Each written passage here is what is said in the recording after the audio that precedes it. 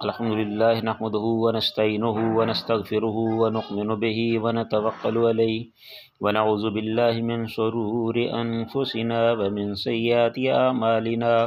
من يهده الله فلا مضل له ومن يضلل فلا هادي له واشهد ان محمدا عبده ورسوله اما بعد اعوذ باللہ السمیع العلیم من الشیطان الرجیم بسم اللہ الرحمن الرحیم وکذلک جعلناکم امة وسطا لتکونوا شہداء علی الناس ویکون الرسول علیکم شہیدا وکذلک جعلناکم، اور اسی طرح ہم نے بنایا آپ کو امتا وسطا لتکونوا، درمیانی امت، لتکونوا شہداء علی الناس، تاکہ تم لوگوں پر گواہی دے سکو، ویکون الرسول علیکم شہیدا، اور رسول اللہ صلی اللہ علیہ وسلم آپ پر گواہ ہو جائیں، وما جعلنلکم، اور جو ہم نے ہرگز قبلہ کو نہیں بنایا، کنتا علیہا، جس پر تم تھے، لنعلم من یتبع الرسول، بلکہ ہم نے تو یہ اس لیے کیا تھا کہ آپ کو آزمایا جا سکے، ہم آزما سکیں، من یتبع الرسول، کہ کون ہے جو اللہ تعالیٰ کے پیغمبر کی پیروی کرتا ہے، ممن ینقلب علی عقبیہ، اور کون ہے جو اپنے ایڑیوں پر پھر جاتا ہے، وَإِن كَانَتْ لَكَبِيرَةٌ، اور یہ بہت بڑی بات تھی، الا علی الذین ھدی اللہ، اور مگر اس کے لیے جسے اللہ تعالیٰ نے ہدایت دے رکھی ہو، وما کان اللہ، اور نہیں ہے اللہ تعالیٰ لیضیع ایمانکم، کہ وہ آپ کے ایمان کو ضائع کر دیں، ان اللہ بالناس لرؤوف الرحیم، اور بے شک اللہ تعالیٰ لوگوں پر بڑے مہربان، نرم اور رحم کرنے والے ہیں۔ صدق اللہ العظیم۔ ہر قسم کی حمد و ثنا اللہ تعالیٰ کی ذات کے لیے، جس نے ساری دنیا جہان کو بنایا، جو سب کا خالق اور مالک ہے،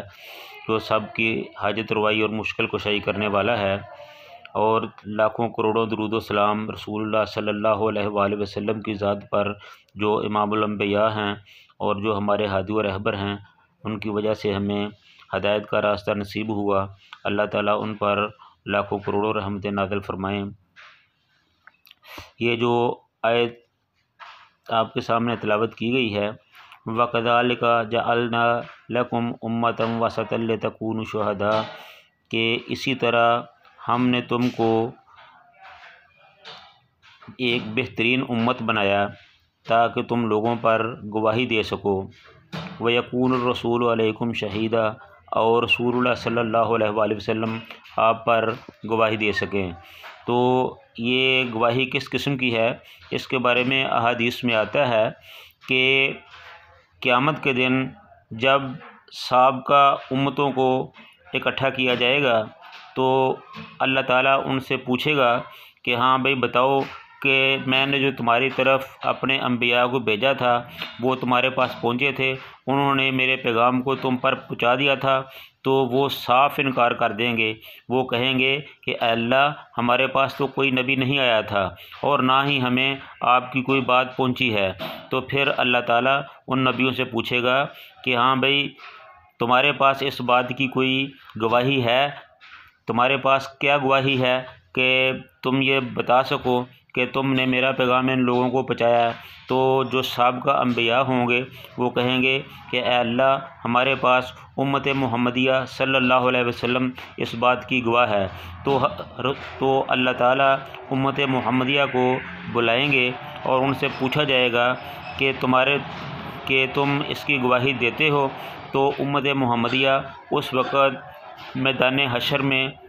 محشر میں یہ کہے گی کہ ہاں اے اللہ آپ نے جن پیغمبروں کو بھیجا تھا وہ آپ کے سچے پیغمبر تھے، وہ اپنی امتوں کی طرف گئے تھے، انہوں نے آپ کا پیغام ان تک پہنچایا تھا، لیکن ان بد نصیبوں نے ان کی بات کو نہ مانا، ان کو جھٹلا دیا، لہذا اس لیے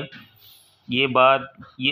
آپ کے رسول سچے ہیں اور یہ لوگ جھوٹے ہیں۔ جب وہ دیکھیں گے کہ ہم جھوٹے ہو رہے ہیں تو وہ کہیں گے کہ اے اللہ یہ جو لوگ ہمارے خلاف گواہی دے رہے ہیں یہ تو اس وقت وہاں موجود ہی نہ تھے، اس لیے ان کی گواہی کیسے قابل قبول ہو سکتی ہے۔ تو اللہ تعالیٰ امت محمدیہ سے کہے گا کہ اے امت محمدیہ تمہارے پاس اس بات کی کیا گواہی ہے کہ جو تم سے کہہ رہے ہو وہ صحیح کہہ رہے ہیں؟ تو وہ کہیں گے کہ اے اللہ ہمیں تیرے حبیب محمد رسول اللہ صلی اللہ علیہ وآلہ وسلم نے یہ فرمایا تھا۔ تو حضرت محمد صلی اللہ علیہ وسلم کو بلایا جائے گا، اللہ تعالیٰ ان سے پوچھیں گے کہ اے میرے حبیب کیا یہ جو آپ کی امت کہہ رہی ہے یہ صحیح کہہ رہی ہے؟ تو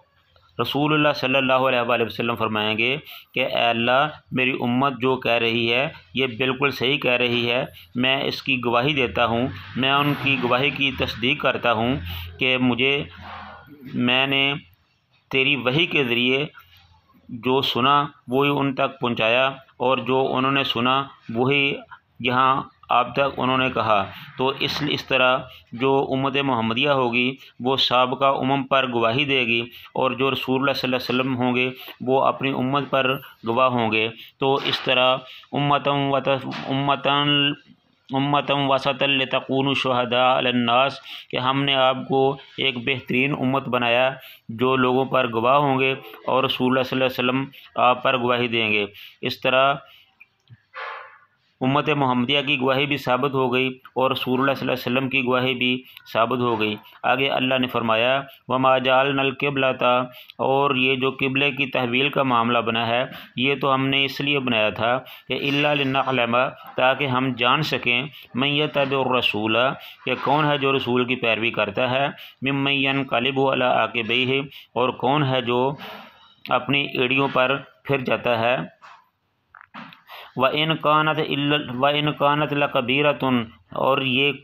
کعبے کی تبدیلی کوئی اتنا چھوٹا کام نہیں تھا، یہ ایک بہت بڑی بات تھی۔ جو ہزاروں سال سے لوگ کعبۃ اللہ کو اپنا قبلہ تصور کرتے تھے، جب انہیں ایک دم سے روک دیا گیا تو ان پر کتنی گراں گزری ہوگی بات۔ یہ اس لیے کوئی اتنی چھوٹی بات نہیں تھی، لیکن جن لوگوں کو اللہ تعالیٰ نے ہدایت دے رکھی ہے ان کے لیے یہ کوئی بہت بڑی بات نہیں تھی۔ جیسے ہی رسول اللہ صلی اللہ علیہ وسلم نے کعبے کی تبدیلی کا حکم دیا تو انہوں نے فوری طور پر اس پر عمل کرتے ہوئے اپنے رخ کو تبدیل کر لیا۔ اس کے بعد یہودیوں نے یہ اعتراض کیا کہ اے مسلمانوں، جو تم نے 16 مہینوں تک بیت المقدس کی طرف منہ کر کے نماز پڑھی ہے، تو اب جو تم نے قبلے کو تبدیل کر لیا ہے تو تمہاری وہ نمازیں کس کھاتے میں جائیں گی؟ وہ تمہاری نمازیں تو وہ ضائع ہو جائیں گی۔ تو اللہ تعالیٰ نے فرمایا وَمَا كَانَ اللَّهُ لِيُضِيعَ إِيمَانَكُمْ، ہرگز اللہ تعالیٰ ہرگز ایسے نہیں ہیں کہ وہ آپ کے ایمان کو ضائع کر دیں، وہ آپ کی نمازوں کو ضائع کر دیں۔ وہ قبلے کو تبدیل کرنے کا حکم بھی اللہ نے ہی دیا تھا، اور اس دفعہ بھی اللہ ہی کے حکم پر قبلے کو تبدیل کیا گیا ہے۔ اس لیے جو اللہ کے حکم کے مطابق کام ہوا ہے اللہ تعالیٰ کے لیے وہ کل بھی قابل قبول تھا، وہ آج بھی قابل قبول ہے۔ لہذا آپ کی نہ تو نماز ضائع ہوئی ہے نہ آپ کا ایمان ہی ضائع ہوا ہے۔ اللہ تعالیٰ ایسا ہرگز نہیں کرتے وہ کسی کی نماز کو یا کسی کے ایمان کو ضائع کریں۔ ان اللہ، بے شک اللہ تعالیٰ، بالناس، وہ لوگوں کے لیے لرؤوف الرحیم، بڑے مہربان، نرم اور رحم فرمانے والے ہیں۔ تو اللہ تعالیٰ سے دعا ہے کہ اللہ تعالیٰ ہمیں اپنے دین پر عمل کرنے کی توفیق عطا فرمائے اور ہمیں اپنی خواہشات اور منکرات سے دور رکھے۔ وآخر دعوانا ان الحمد للہ رب العالمین۔